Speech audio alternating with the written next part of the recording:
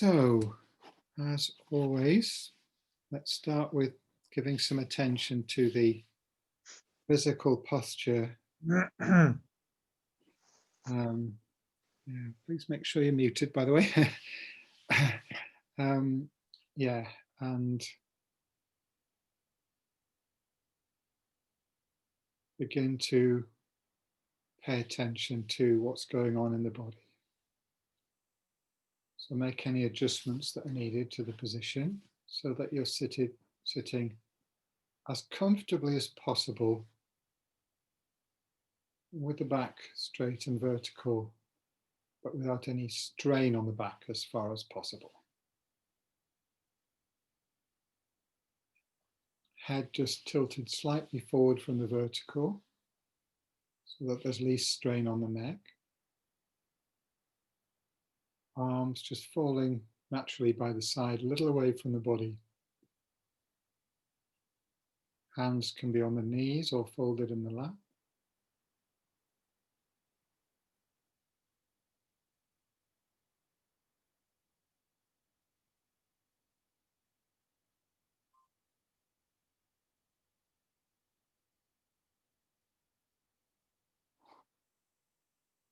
And just let's spend some time listening to our body,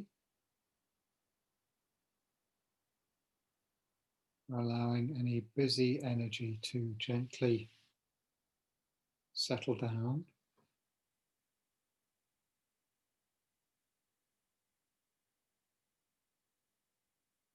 Let the body relax into stillness.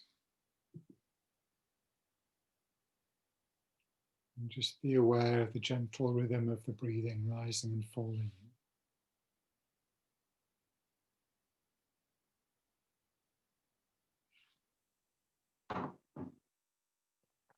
And as you breathe out, each time just let go of a little more tightness in those muscles. Let go of a little more of the hurry and worry of the busy mind. Whatever thoughts are coming and going, we can just let them come and go. We don't need to deal with those agendas right now. We can trust that we'll come back to them later.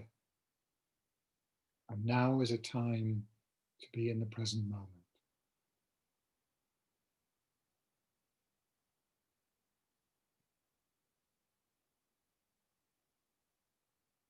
So rest the awareness on the breathing. Follow the movement of the breath as it comes all the way into the body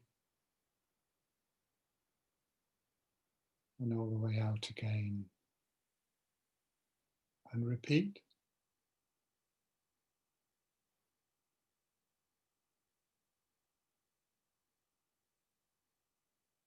You can either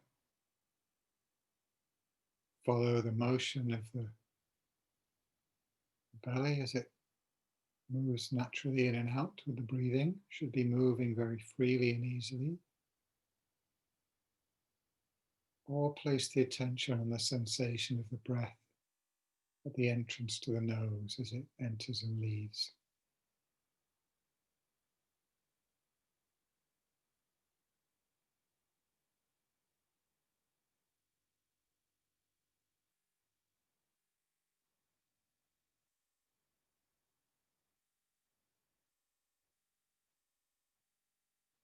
And if the attention wanders away onto a train of thought, just notice that's happened and come back to the breath. And we'll do that for about a minute.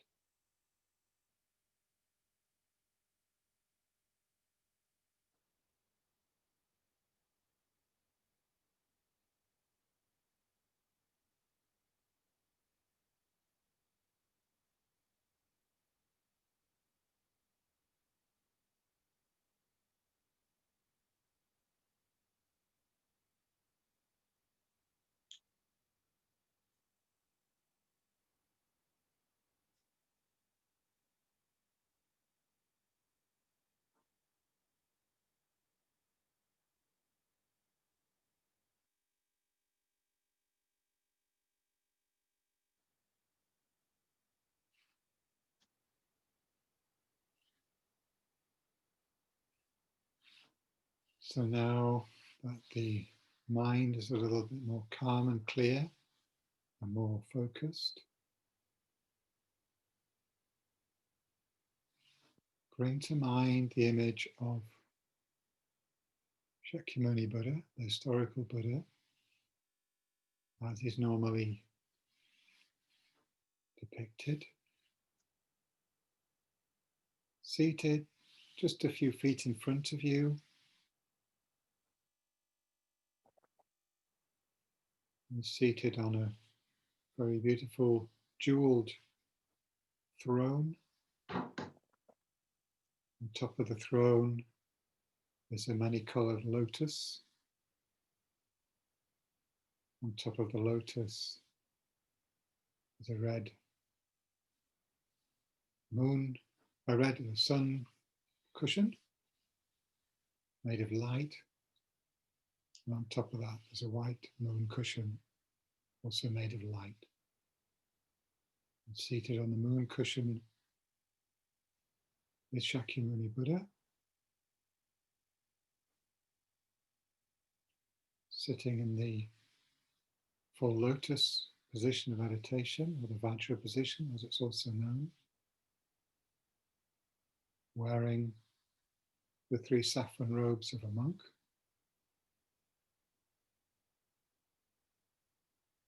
holding a golden begging bowl in his left hand, cupped at the navel, his right hand touching the ground in front of him. He has a very beautiful, radiant, gold-colored body, a very serene expression with a loving, compassionate smile. His eyes are half closed and half open, which symbolizes that he is at the same time in deep concentration, meditation, but also at the same time mindfully aware of all living beings and the suffering that they're undergoing. His body is made of pure golden light, and this whole image is made of light. But you should hold the conviction that this is not just mere imagination, but this image, though, yes, you are visualizing, but the image is the actual Buddha himself.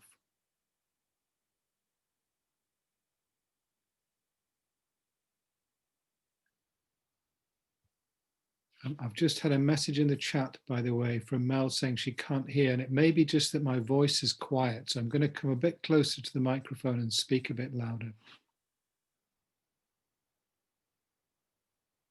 And sorry if my voice is too quiet.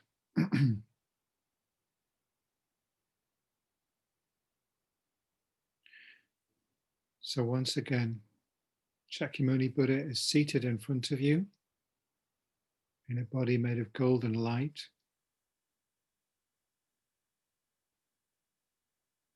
On a golden and jeweled throne, a lotus, sun and moon cushion. He's looking down at you with eyes of loving kindness and compassion.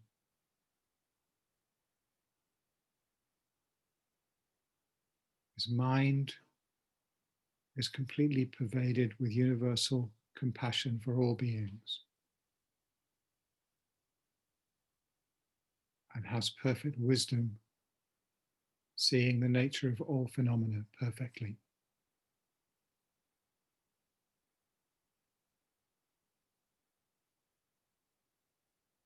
So hold the full conviction that Shakyamuni Buddha in front of you is non-separate from your own spiritual teacher. If you have not made a connection with a particular human teacher in this life, you can just think Shakyamuni Buddha himself is your teacher, your guru. Otherwise, this is your guru appearing in front of you in this particular form. And his mind is identical with the mind of the Buddha.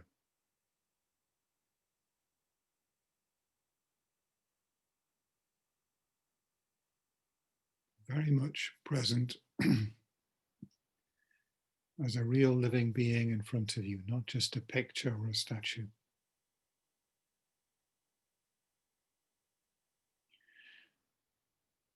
So as you contemplate the form of the Buddha appearing before you, bring to mind your motivation for being here, for engaging with the Dharma teachings,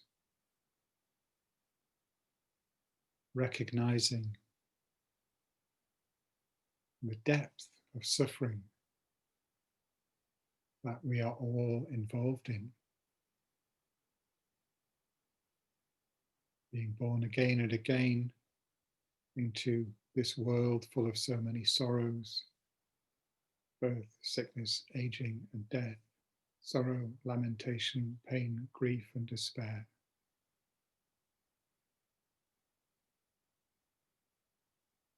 And bring to mind your heartfelt longing to be completely free from all of that.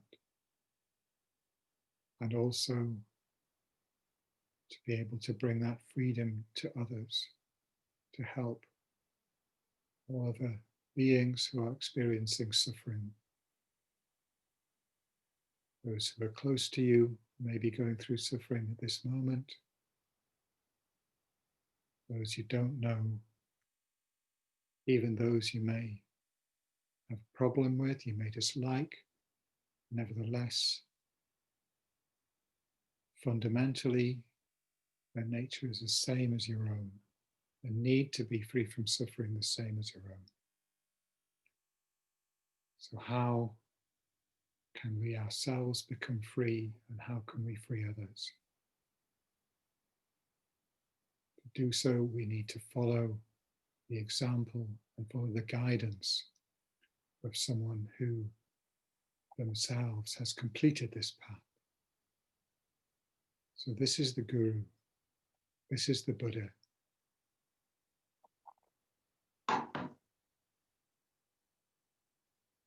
So from the depths of your heart,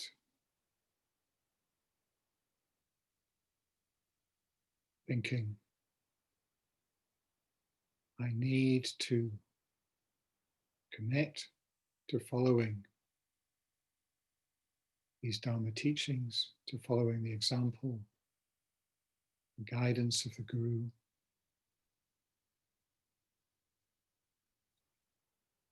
And in a moment, we will recite the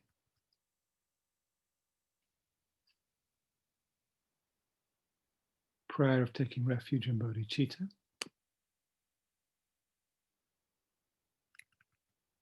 Need to find the prayer.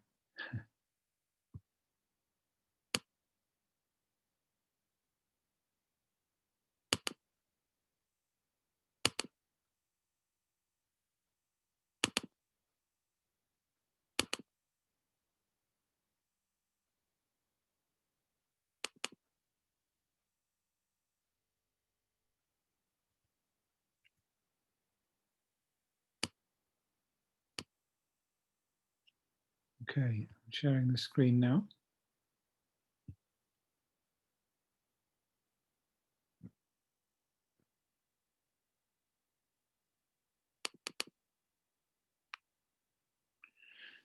So we can recite together. To the Buddha, the Dharma, and the Supreme Assembly, I go for refuge until I am enlightened. By my merit from giving the perfections, may I become a Buddha to benefit all sentient beings. To the Buddha, the Dharma, and the Supreme Assembly, I go for refuge until I am enlightened. By my merit from giving it other perfections, may I become a Buddha to benefit all sentient beings. To the Buddha, the Dharma, and the Supreme Assembly, I go for refuge until I am enlightened. By my merit from giving it other perfections, may I become a Buddha to benefit all sentient beings. And we'll do the short mandala offering in English. So we're visualizing that we're offering this entire world in a pure form with all the most beautiful and wondrous objects, offering that to the Guru, to Shakyamuni Buddha, as a symbol of our deep appreciation and gratitude for the teachings we're receiving. The universal ground, purified with flowers and incense spread, becomes the pure realm of divine wisdom view. Magnificent Mount Meru is beautifully adorned with continents, sun and moon. May all sentient beings enjoy this pure land. Idam Guru Ratna Mandalakam Niryatayami.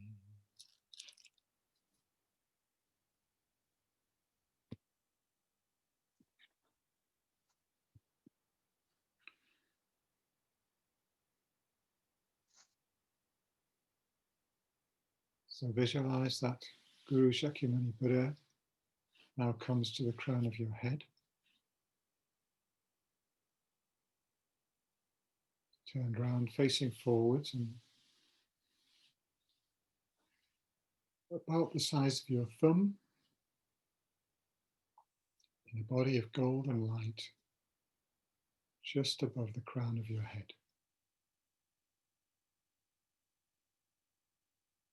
Once again, strongly feel that he is actually present there.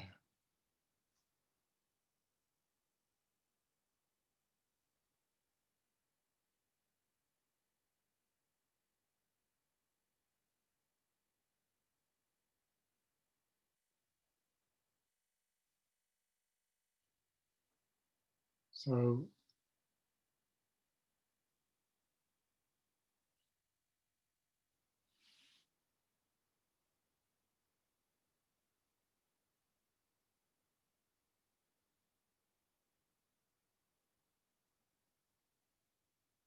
we should feel a very strong sense of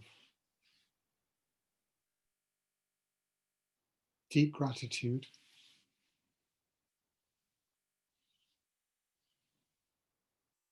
to be able to receive the blessing from the Guru, from the Buddha, receive the essence of the Dharma teachings that will free us from this beginningless suffering that we have been experiencing.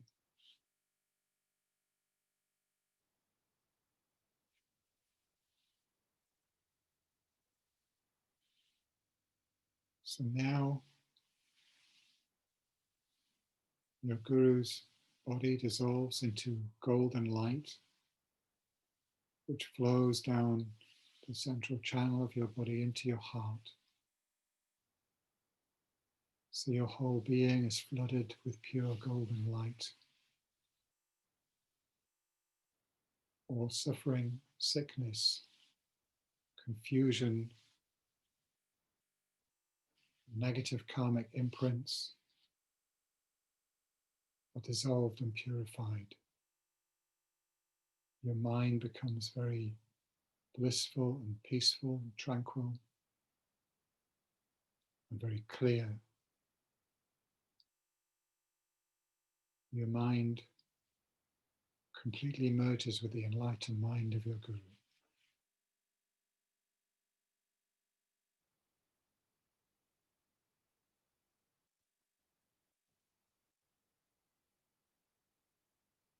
There's no separation between your mind and his enlightened Dharmakaya mind.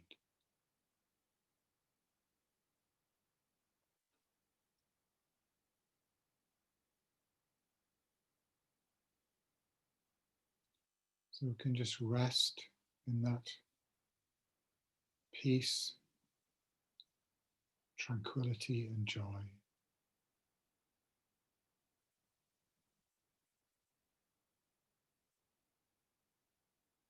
for a few moments.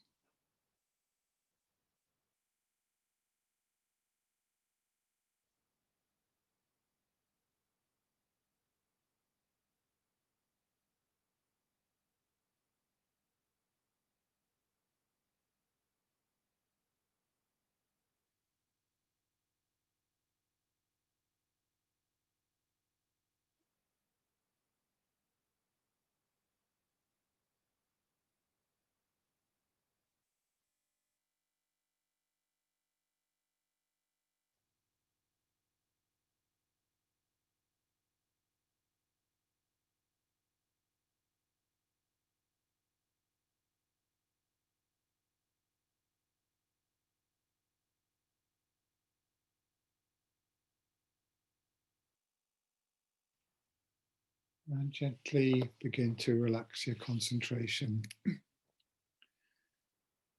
and slowly come back to the room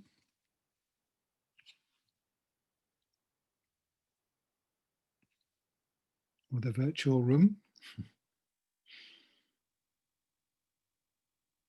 Okay.